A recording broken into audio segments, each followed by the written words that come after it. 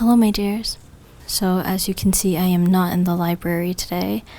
I'm actually on vacation, and I just thought, the fireplace is way too romantic for me to not try to have a little conversation with y'all. So, yeah, I tried to find a topic to talk about for this video, but I think let's just go with it. Guys, I'm so obsessed with the concept, execution, delivery of love.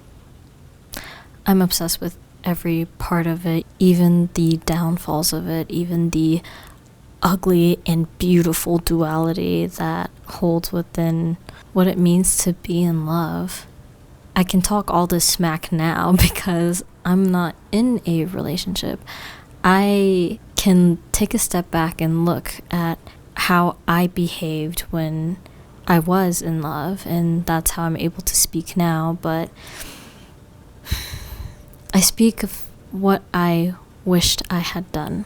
I speak of what I learned after the fact of those connections, and I'm actually quite terrified. As much as I love love, I am so terrified at how much it had controlled my life in the past. And I'm not blaming love for being controlling or manipulating me into being the individual that I thought should have done different. It all has to do with where I was in my relationship to myself, and with falling in love, you give up that control. You give up that control to be that well-rounded person by yourself. Because here I am locking down a routine that feels good for me in terms of my health and my emotions and my finances and my sleep. I have just now kind of figured out some sort of balance of where to put myself, and still I fear falling in love because I know that if I receive a text message from this person, I will want to respond and have my mind taken up by them. When right now in my routine, in terms of the feature film, just overall trying to be a good friend, as well as a kind presence to have around and feel within myself. I don't know. The idea of someone texting me, I know that it will take me away from all of those other aspects, even if it's just 2%. It will. And also, guys, I don't think I have it in me to only give 2% of myself into my partner. I kind of wish I did. Like, I talk so much about falling in love slowly, but I don't want to say that I know myself, because I have changed a lot since my last relationship. But that's the trick. That's the tricky thing about love, is that I feel like my brains get switched out whenever I start to fall for a person. This version that I am now today, with all of the thoughts and the knowledge and the intellectualizing that I have done with love, when I am actually in it, I fear it will all go out the window, because it has before. But I tell myself, doesn't mean that it has to happen again. It's gonna be hard. The next time I fall in love, it's going to be so hard to not indulge into them fully all the time. It's going to be hard to not forget about myself. But just because it's gonna be hard doesn't mean that it's not possible. And I think that the next person I meet, if we are able to do that together, to continue being well-rounded, balanced, and still very good partners to each other, and good people to ourselves and to our friends, and pursuing our dreams, then okay, that is my partner that will succeed in its longevity. And guys, please remember, I am not a licensed therapist. I barely want to say that I am giving out advice, because these are all just my own personal experiences with love, and I'm just kind of telling you all the details of my conceptual thinking around it. I made this channel because I wanted to see personally for myself how I grew as a person, how my morals change, how my philosophy on social dynamics, whether it be romantic or platonic, changes. And at the moment, I am so fearful that I don't know if I can even do slow love, but that is just my self-doubt speaking. And I think with work, I think both of us will have to find that balance with each other and kind of check in and say, hey, don't take it personal. I don't hate you. If anything, I love you so much, but we have to take some time apart. The fireplace is turned off.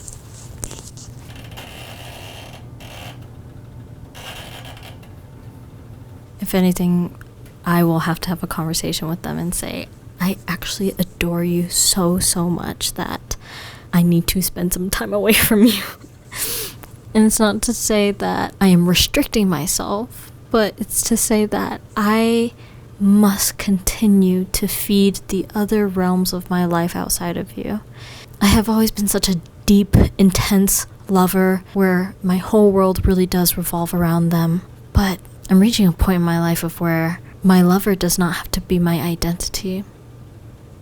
With having dealt with heartbreak and falling in love and not being in love and all of the time of where I have been single, I have found so much of myself, and somewhere within those chapters of finding myself, I have found a really fun passion that I want to pursue. Just now I feel like I'm taking the real steps towards them, which is filmmaking, and I have such fear that I will meet actually my lover.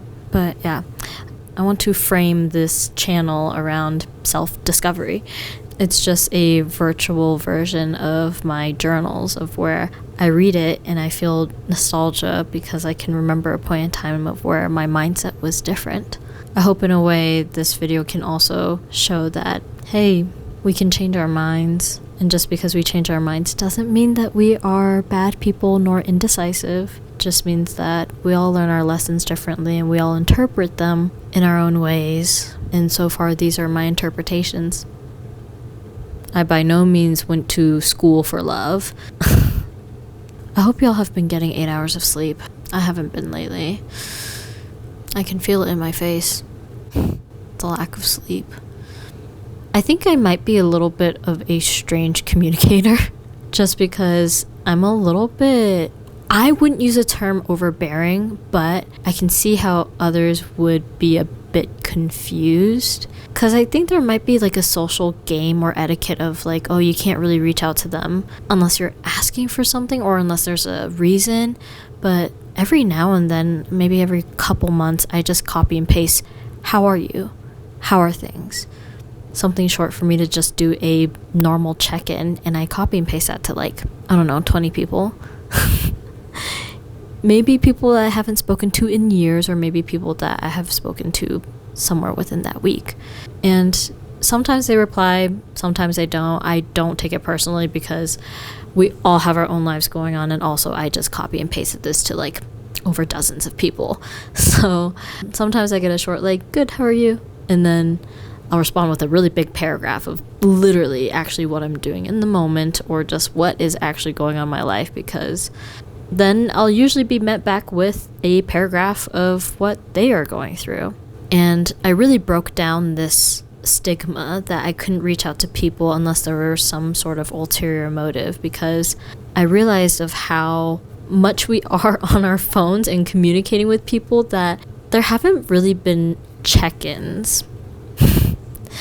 You know, if there is a reason as to why your number is even in my contact list, that means that we are friends to some sort of extent, or I want to get to know you more. So every now and then I'll just do a random like check-in of like, how are you? And it is a genuine question of, what's up? I think before my friends would be like, oh, that's so sweet that you did that, but I just see that as normal. Like, that is what you do. You meet people, you get their number, and then you ask them, how are you? And I think I really started to implement this practice of texting people every now and then, a mass copy and paste message, because I had the epiphany that no one had asked me, how are you, in like weeks or months. And it's not to say that I don't have good friends. Sure, maybe I have like one or two that will ask me that, but it's so rare or uncommon. Then I was like, I don't conform to this isolated experience. I don't truly actually know how you are or what you're doing, what you plan, what your next goal is in terms of what you want to make, or just what you're doing in school. Like, I love seeing the glimpses into people's lives. And why not, if I have the power and the access, to just send a text of, how are you? What have you been doing these days?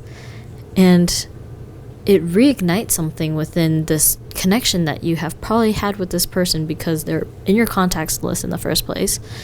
And guess what? A connection is continuing. I have been able to keep in touch with so many people due to that format of, I'm not going to say networking because I actually don't really want much out of them. I think it's just a good social practice to just gain other people's perspective of what's going on. I think that we learn so much from each other, but it is up to us in order to reach out to each other to have those lessons. Texting people randomly, how are you? I think is pretty cool. I think is technically a sweet thing to do, but what if we didn't do it just because we're being sweet? What if we're just doing it because we want to socialize and be curious and to learn and to be a well-connected person with other connected people? Yeah, and I'm not going to say that everyone that responds will be like your next best friend.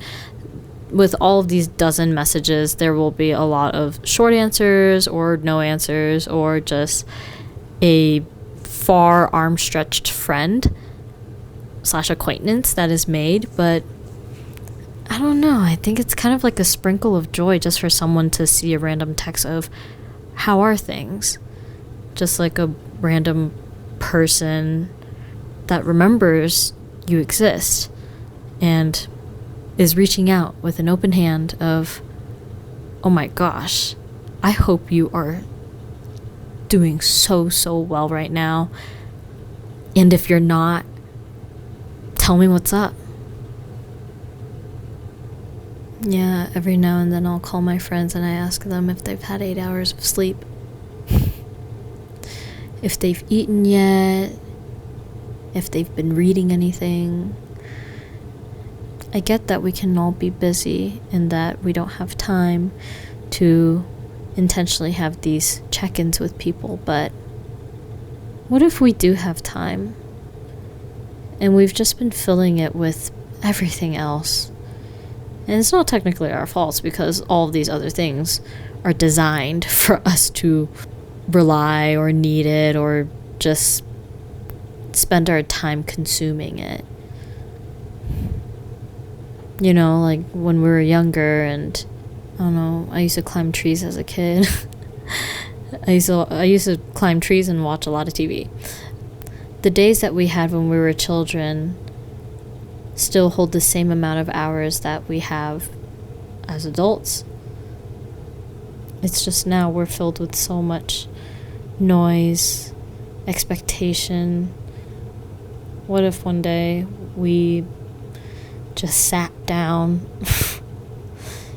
and called the people that we don't even necessarily love, but just a person that we have connected with before, always wanted to continue a conversation with, but just didn't feel like it was ever appropriate or necessary to do so? Like, I think in the name of connection, what does it mean to be appropriate? In my book, it means to be respectful. And I think if you have respect and good intentions, then you can do a lot with how you want to approach connections. Like, I've already done a couple videos about how to approach somebody, but people still seem to have questions, and I think at the end of the day, know what your good intentions are. Where do your principles lie in how you respect people? And when you have those two figured out, and when you practice and execute it, I'd say you're good to go. If you receive feedback that you are not good to go, then reflect and adjust based off of it. But adjust based off of what is true to you. That helps to get a second opinion of like, is this true to myself in a healthy way?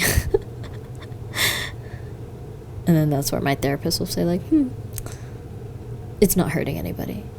Or she'll say, yeah, that can be abrasive. So yeah, if you don't have a therapist, talk to your friends about it. Like, I'm so serious. It helps so much to just air out whatever you've been thinking or feeling to a trusted friend. A friend that you respect their morals of. Like, once I started having friends that I really admired their principles, they were able to be very respectful, good, empathetic people while still being the funniest, most intelligent, and charming set of people I've ever met. Turning to them for my thoughts and my emotions, I knew I was going to be heard, and I wanted to hear what they were going to say too. Okay, well, I have yapped for a little bit now, and I'm getting a little bit sleepy, but yeah, I hope you enjoyed this fireplace chat with me. It was kind of all over the place, but I don't know, that felt like a true original Lucivo yap to me, and let me know if you want more of these stream of consciousness videos. I wish you a glass of hot green tea and a really beautiful sunrise for your awakening tomorrow. Okay, thank you so much, my dears, and I shall see you next week. Also, if you didn't know, I am creating a feature film. Please follow us on All I'm Good For Film. I'm putting so much work into it. Bye, guys.